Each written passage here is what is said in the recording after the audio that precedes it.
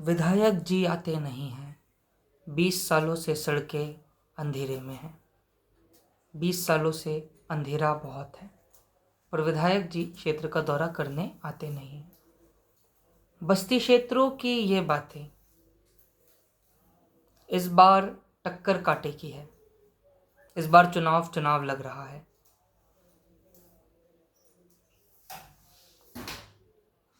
क्या काम हुआ, कितना काम हुआ, कौन जीतेगा 2023 विधानसभा का ये चुनाव।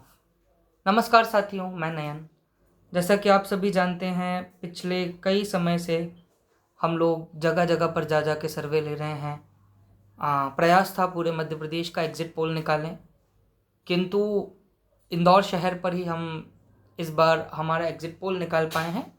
वक्त काफ़ी लगा और क्योंकि चुनाव तो मध्य प्रदेश में 17 तारीख को समाप्त हो गए थे, किंतु आज तेलंगाना में चुनाव समाप्त होने के बाद अब हमारे पास में विधि द्वारा स्थापित तिथि और समय आ चुका है जब हम इंदौर की सभी सीटों के एग्जिट पोल्स आपके सामने रखेंगे।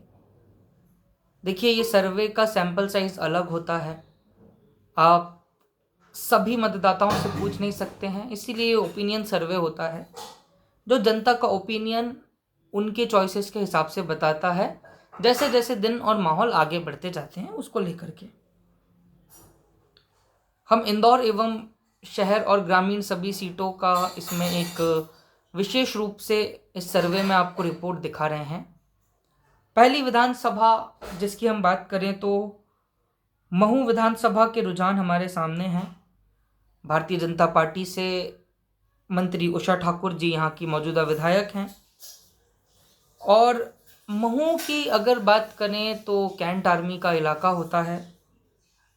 डॉक्टर बाबा साहब भीमराव अंबेडकर जी की जन्मस्थली है।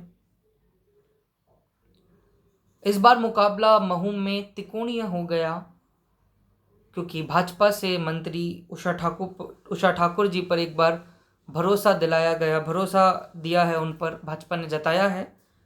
वहीं पर कांग्रेस की तरफ से एक नए कैंडिडेट रामकिशोर शुक्ला जी जो थे उनको अवसर मिला और अंतर सिंह दरबार, जिन्हें हर बार चुनाव में कांग्रेस की तरफ से लड़ाया जाता था, इस बार उन्हें मौका नहीं दिया गया। जबकि कैलाश विजयवर्गीय जी के अगेंस्ट भी काफ़ी स्ट्रांगली उन्होंने इस चुनाव को लड़ा था अंतर सिंह दरबार ने। पर अंतर सिंह दरबार अब महू में हो गए थे निर्दलीय खड़े, जिसने इस मुकाबले को त्रिकोणीय बना दिया। हमारे सर्वे में महू से, क्योंकि अंतर सिंह दरबार एक, अगर सीधा मुकाबला होता अंतर सिंह दरबार और उषा ठाकुर का तो समीकरण बदल जाते, किंतु अंतर सिंह दरबार यहाँ पे कांग्रेस के वोट काटते हुए नज़र आ रहे हैं और महू सेफली बीजेपी लेकर के जा सकती है उषा ठाकुर जी के रूप में। दूसरी सीट की हम अगर बात करें तो देपालपुर विधानसभा में मौजूदा विधायक विशाल जगदीश पटेल जी हैं। खैर, यहाँ भी मुकाबला त्रिकोणीय है चौधरी जी के आ जाने से, लेकिन मनोज पटेल विशाल पटेल में अभी तक अगर हम देखें तो सबसे ज़्यादा चहीते कैंडिडेट जनता के हैं। वो वापस से अपने सिटिंग एमएलए को ही मौका देना चाह रही है। तो मध्य प्रदेश के देपालपुर में हमारे सर्वे में ऐसा लग रहा है कि विशाल जगदीश पटेल एक बार पुनः चुन करके आएंगे और कांग्रेस इस सीट से आगे बढ़ती हुई या देपालपुर क्लिंच करती हुई नज़र आ रही है। अगली बात अगर हम करें तो हम राव विधानसभा में जाते हैं। राव विधानसभा में मुकाबला काफ़ी टक्कर का है। मौजूदा विधायक एवं पूर्व मंत्री जीतू पटवारी जी का यह विधानसभा क्षेत्र है, विधानसभा कॉन्स्टिट्यूएंसी रही है जीतू पटवारी की। जीतू पटवारी के विरुद्ध में भारतीय जनता पार्टी ने मधु वर्मा जी को उतारा था, जो कि एक बहुत ही स्ट्रॉन्ग तरीके से सीधी टक्कर देते हुए नज़र आ रहे हैं जीतू पटवारी को। परंतु रुझानों की बात करें तो जीत थोड़ी सी मुश्किल रहेगी, पर जीतू पटवारी इस सीट को निकाल ले जाएंगे ऐसा अनुमान नज़र आ रहा है। मधु वर्मा ने हालांकि फाइट बहुत ही स्ट्रॉन्ग करी है और एक रोचक प्रकार से इस चुनाव को उन्होंने लड़ा है। सभी सीटों की यदि मैं बात करूं तो राऊ विधानसभा सीट पर हमने देखा कि बहुत जोर भी दिया गया मधु वर्मा जी के कैंपेन में। नाम भी बहुत पहले ही उनका रिलीज कर दिया गया था, पहली सूची में ही नाम था। महापौर से लेकर के मुख्यमंत्री तक सबने यहाँ की सीट के लिए प्रचार किया और फिर भी जीतू पटवारी एक बार पुनः हमारे सर्वे में सरकार बनाते हुए विधायक बनते हुए नजर आ रहे हैं और ये विधानसभा की सीट वो लेकर के जा रहे हैं। सांवेर विधानसभा की बात करें तो मौजूदा मंत्री तुलसी सिलावट जी के विरुद्ध में कांग्रेस ने रीना बोरासी जी को उतारा था। इस सीट की बात करें तो यहाँ पे शायद यदि प्रेमचंद गुड्डू सपोर्ट करते रीना बोरासी को तो एक अलग आंकड़े सामने आते, परंतु वे भी अलग जगह से किसी दूसरी कॉन्स्टिट्यूएंसी से निर्दलीय खड़े हो गए थे कांग्रेस छोड़ करके। तो सांवेर की ये जो सीट है वापस से तुलसी सिलावट जी के लिए राहें आसान हैं।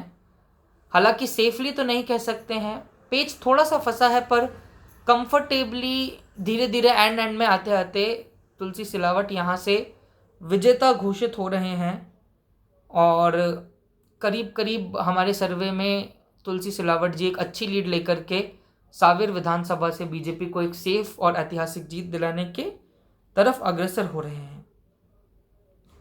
अब इंदौर की सभी विधानसभाओं की बातें, सभी विधानसभा सीटों के एग्जिट पोल्स की बात कर लें तो सबसे पहले और एक वीआईपी सीट जो यहाँ पर देखी जा रही है, जहाँ पे चुनाव काफी रोचक हुआ, इंदौर विधानसभा 1।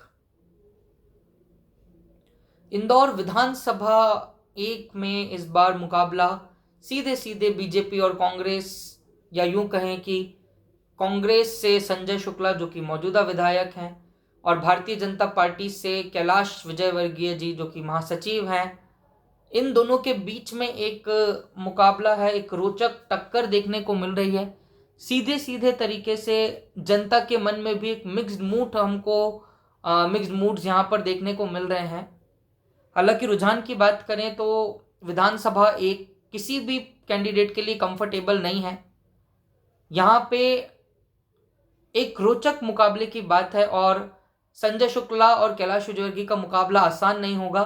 जो भी जीतता है, जीतने का मार्जिन ज़्यादा नहीं निकल पाएगा। मुझे लग रहा है जो हमारा सर्वे निकला उसमें कि कैलाश विजयवर्गीय की सीट थोड़ी सी फंसी हुई है संजय शुक्ला के अगेंस्ट में, और मामला पूरी तरीके से विधानसभा 1 में, जो कि सबसे रोचक भी रहेगा देखने लायक, 1 में मामला फंसा हुआ है। अगर हम एक क्षेत्र की बात करें तो कहीं से संजय शुक्ला आगे निकल रहे हैं तो दूसरी तरफ से विजयवर्गीय जी भी अच्छी टक्कर देते हुए विधायक जी को नजर आ रहे हैं। हालांकि इसमें तो नेशनल और प्रदेश स्तर पे बहुत सारे सर्वेज हुए, सारे एग्जिट पोल्स आए हैं, किंतु हमारे इस ओपिनियन सर्वे में इंदौर विधानसभा 1 से संजय शुक्ला विजयवर्गीय को एक अच्छी टक्कर देते हुए नजर आ रहे हैं। इंदौर 2 की बात करें, इंदौर 2 से भारतीय जनता पार्टी के मौजूदा विधायक रमेश मेंदोला दादा दयालु हैं। वहीं चिंतामणि चिंटू चौकसे को कांग्रेस ने टिकट दिया। चिंटू चौकसे क्षेत्र के पार्षद भी हैं पिछले 10-15 सालों से और जनता के बीच में एक ईमानदार छवि रखते हैं। वहीं रमेश मेंदोला जी एक ऐतिहासिक जीत, हमेशा देखा जाए तो मेंदोला के वोट हमेशा बढ़ते जा रहे हैं, वोट परसेंट बढ़ता है, ऐतिहासिक जीत वो हमेशा लेकर के आते हैं। 2023 का चुनाव उतना आसान है नहीं जितना दिख रहा है। इंदौर 2 की बात करें तो ऊपरी स्तर पर रमेश मेंदोला बहुत आगे नजर आते हैं, किंतु निचले स्तर से एक कूटनीति के तहत चिंटू चौकसे ने बहुत स्ट्रांग वोट बैंक को कनेक्ट करके रखा है अपने पास, और जो नीचे का बेस है वो कहीं ना कहीं चिंटू चौकसे जनता के मन में वहाँ से छा चुके हैं। हमारे सर्वे में विधानसभा 2 के हमने सर्वे प्री इलेक्शन और पोस्ट इलेक्शंस दोनों लिए हैं। तो प्री इलेक्शंस या हम 2-3 महीने पहले बात करें तो रमेश मेंदोला इस सीट को कंफर्टेबली निकाल रहे थे। वहीं जैसे जैसे इलेक्शंस की तारीखें आती गई नज़दीक, चिंतामणि चिंटू चौक से इस सीट से लीडिंग रोल में दिखाई दे रहे हैं और हमारे सर्वे के मुताबिक ये सीट भी चिंटू चौक से ने थोड़ी सी फंसा के रखी है। इस बार ऐतिहासिक जीत रमेश मेंदोला को मिलना मुश्किल है और शायद से सत्ता पलट भी हो सकता है, परिवर्तन हो सकता है इंदौर 2 के अंदर। हमारे सर्वे में चिंटू चौक से इंदौर विधानसभा 2 से जीतते हुए नजर आ रहे हैं। हालांकि मार्जिन ऑफ विक्ट्री 51% रहेगा और 49% मार्जिन ऑफ विक्ट्री अभी भी मेंदोला के पास में है। तो एक फाइट जो सैंपल साइज होता है ओपिनियन पोल का वो अलग अलग रहता है, पर इस सीट से चिंटू चौक से एक इतिहास बनाते हुए जरूर नजर आ रहे हैं। इंदौर 3 की यदि बात करी जाए तो मामला यहाँ पे संजय शुक्ला के भाई जो हैं गोलू शुक्ला जी, बीजेपी ने उनको टिकट दिया है और कांग्रेस ने पिंटू जोशी जी को उतारा है मैदान में। विधानसभा 3 एक छोटी विधानसभा होने के बावजूद मुझे लगता है कि यहाँ के जो स्थानीय क्षेत्र हैं वहाँ पे स्थानीय निवासियों में पिंटू जोशी ने एक अच्छी छवि बना के रखी है, जो कि गोलू शुक्ला के लिए चैलेंजिंग होगा। यदि आकाश विजयवर्गीय जी यहाँ से चुनाव लड़ते तो शायद समीकरण कुछ और होते, किंतु जो कि कैलाश विजयवर्गीय को टिकट 1 नंबर से मिल गई थी और बीजेपी परिवारवाद के मुद्दे पर घिरना नहीं चाह रही थी, इसलिए टिकट दिया गया गोलू शुक्ला को। एक स्ट्रेटेजिकली बेटर चॉइस थी, परंतु पिंटू जोशी ने अच्छे से एक्सेप्ट किया चैलेंज को और क्षेत्र थोड़ा सा व्यापारिक है, पॉश कॉलोनीज भी हैं, बस्तियां भी हैं और हमारे सर्वे में कंफर्टेबली पिंटू जोशी इस सीट को निकालते हुए नजर आ रहे हैं। तो अगली विधानसभा की यदि मैं बात करूं तो विधानसभा 4 मिनी अयोध्या कहा जाता है। सबसे रोचक मुकाबला विधानसभा 4 का लग रहा था, क्योंकि 4 नंबर में टिकट के दावेदार बहुत थे। महापौर पुष्यमित्र भार्गव, माननीय लक्ष्मण सिंह गौड़, एकलव्य गौड़,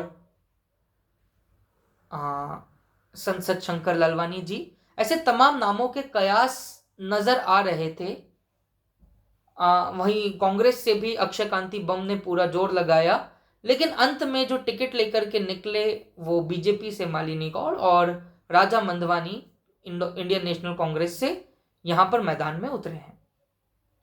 अब इंदौर 4 की यदि मैं बात करूं, मिनी अयोध्या है, लेकिन पिछले कई 18-20 वर्षों से या उससे भी अधिक समय से गौड़ परिवार की ये सीट रही है और इस बार भी हमारे सर्वे में मिनी अयोध्या इंदौर 4 से मालिनी लक्ष्मण सिंह गौड़ कंफर्टेबली ये सीट जीतती हुई नजर आ रही है।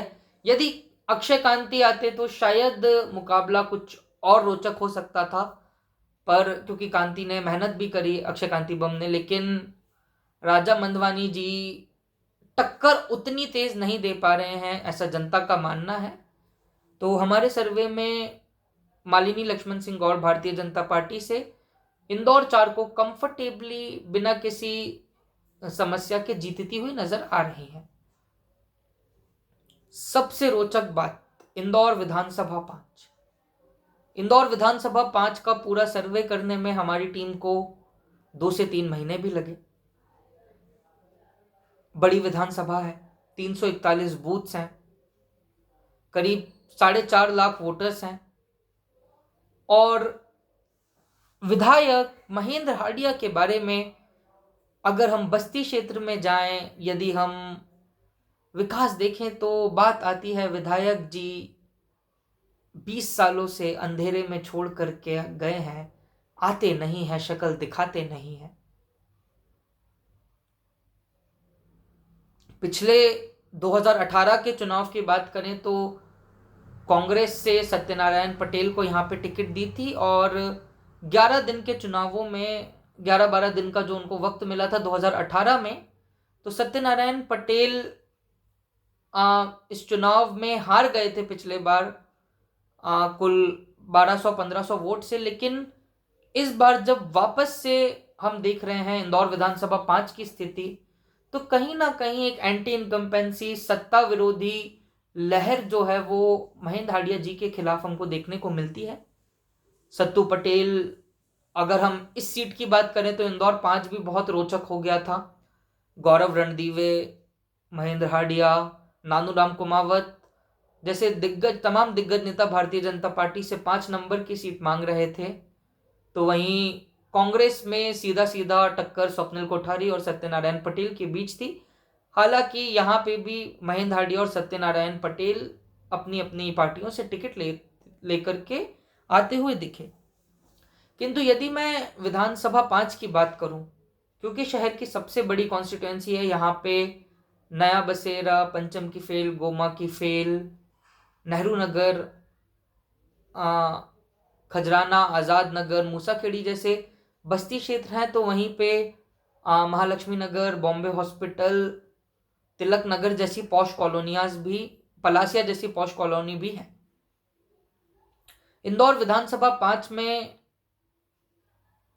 जो चुनाव है वहां पे मौजूदा विधायक 20 सालों से महेंद्र हांडिया जी हैं और कहीं ना कहीं जनता अब बदलाव के रूप में देखना चाहती है और ये बदलाव हमको हर एक जगह पर देखने को मिलता है। लोगों की विधायक जी से शिकायतें भी हैं, सड़कें क्षतिग्रस्त हैं, लोग बैकलाइन गंदी है, बैकलाइन साफ नहीं होती है। ऐसी कई सारी तमाम समस्याएं विधानसभा 5 में जब हम घूमे तो हमें देखने को मिली। हमारे सर्वे में सत्यनारायण पटेल कांग्रेस से इस सीट को जीतते हुए नजर आ रहे हैं। कहा जा रहा है कि पिछले बार भी वो ये चुनाव जीतते जीतते रह गए थे और इस बारी वो इस चुनाव के लिए प्रिपेयर थे। इस बार सत्यनारायण पटेल उर्फ सत्तू भैया ने बहुत मेहनत करी और यदि महेंद्र हांडिया जी के विरुद्ध सत्यनारायण पटेल जी चुनाव लड़ते, जब हमने उनसे पूछा था लोगों से, तो लोगों ने कहा था कि सत्यनारायण पटेल को वो ज़्यादा तवज्जो देंगे महेंद्र हांडिया के अगेंस्ट। हालांकि गौरव रणदीवे या कोई अन्य विकल्प होता तो मामला कुछ और होता, तस्वीरें कुछ और होती, परंतु हमारे सर्वे में सत्यनारायण पटेल एक कंफर्टेबल जीत के साथ में दिख रहे हैं। कोई ऐतिहासिक और बहुत बड़ी जीत नहीं होगी विधानसभा 5 में, किंतु फिर भी सत्यनारायण पटेल उर्फ सत्तू भैया यहाँ से इस बार चुनाव को जीतते हुए नजर आ रहे हैं। हमारे सर्वे के हिसाब से इंदौर में कांग्रेस मजबूत स्थिति में इस बार दिख रही है और अगर हम इसी से अनुमान लगाएं प्रदेश का, तो प्रदेश में कहीं ना कहीं सत्ता परिवर्तित हो सकती है। हालांकि कई सीटों पर पैंच फंसा हुआ है, जैसे इंदौर 1, इंदौर 2 और लगभग सभी सीटों पे एक आकलन निकालना इतना आसान होगा नहीं। जनता के सभी मुद्दे इस सर्वे के दौरान हमने लिए भी और हम लोग अपना बेस्ट ट्राई करेंगे उन सभी मुद्दों पर जो भी कैंडिडेट जीते उनसे हल कराएं वो मुद्दे, जो समस्याएं लोगों को आ रही हैं, जो जनता की डिमांड है उसको भी फुलफिल कराएं। साथ ही में यदि आपको हमारा ये चैनल पसंद आता हो तो आप इस वीडियो को लाइक करें, शेयर करें, सब्सक्राइब करें और कमेंट करें। 3 दिसंबर को विधानसभा 2023 के सभी रिजल्ट जो हैं वो घोषित हो जाएंगे और एक पक्के अंदाज में खबर आ जाएगी कि किसकी सरकार बन रही है। ओपिनियन पोल्स हैं, मुझे 90% तो ज़्यादा बड़ा आंकड़ा हो गया, लेकिन बहुत सारे लोग ऐसे मिले जिन्होंने कहा कि हम आपको कुछ और जवाब देंगे और अंदर जाकर के कौन सा बटन दबा दें हम कुछ कह नहीं सकते। तो ये जनता है, लेकिन मैं बस इतना कहूँगा, एक लोकतंत्र में ऐसी समझदार जनता का होना भी ज़रूरी है जो अंत तक अपने कैंडिडेट को समझे, परखे और उसके बाद में वोट दे। बहुत बहुत धन्यवाद।